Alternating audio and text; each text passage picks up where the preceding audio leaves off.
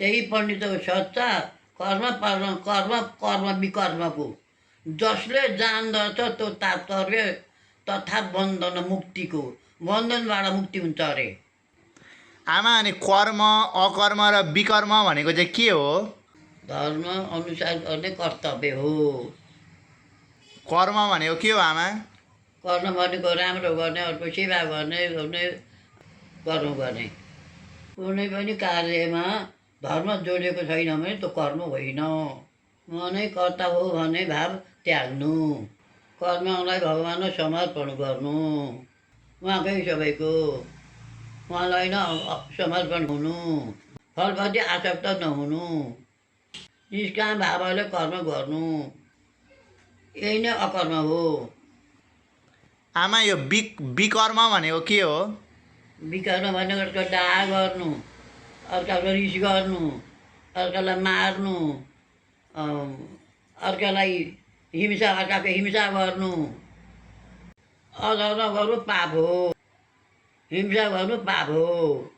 विकर्म भनेको अर्कालाई मार्नु, अर्काको पाप गर्नु, अर्काको हिंसा गर्नु, अर्काको डाह गर्नु, त्यही हो। आमा अनि निष्काम कर्म भनेको के हो? कर्म गर्ने फल आशा नगर्ने।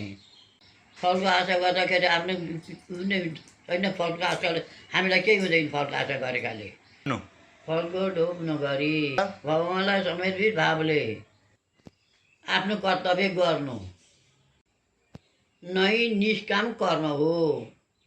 आमा गीताले सबैभन्दा ठुलो शत्रु केलाई मान्छ? काम, क्रोध, लोभ, मोह, ईर्ष्या, डाहा नगर्नु। यसले मान्छेको विवेक नष्ट गर्छ र अधर्मतर्फ लैजान्छ। त्यसैले तिनीहरूलाई ठुलो शत्रु मानिन्छ। आमा साँचो ज्ञानी चाहिँ को हो? जो सबै प्राणीमा परमात्माको अंश देख्छ, दुःख सुखमा समान रहन्छ, स्वार्थ त्याग्छ, सत्य र धर्मको मार्गमा हिँड्छ,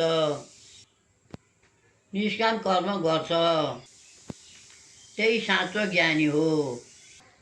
आमा गीताको मुख्य सन्देश चाहिँ के हो? आत्मालाई चिन्नु, आफ्नो कर्तव्य इमान्दारपूर्वक गर्नु, फलको मोह त्याग्नु, भगवान्मा विश्वास राख्नु, धर्मको मार्गमा अलिक रहनु। यही बाटोले अन्ततः मनको शान्ति र मोक्षतर्फ जान्छ। जय श्री कृष्ण, जय श्रीमन्नारायण, जय श्रीमन्नारायण, जय श्री राम, जय श्री कृष्ण, जय श्रीमन्नारायण, जय रामानुज।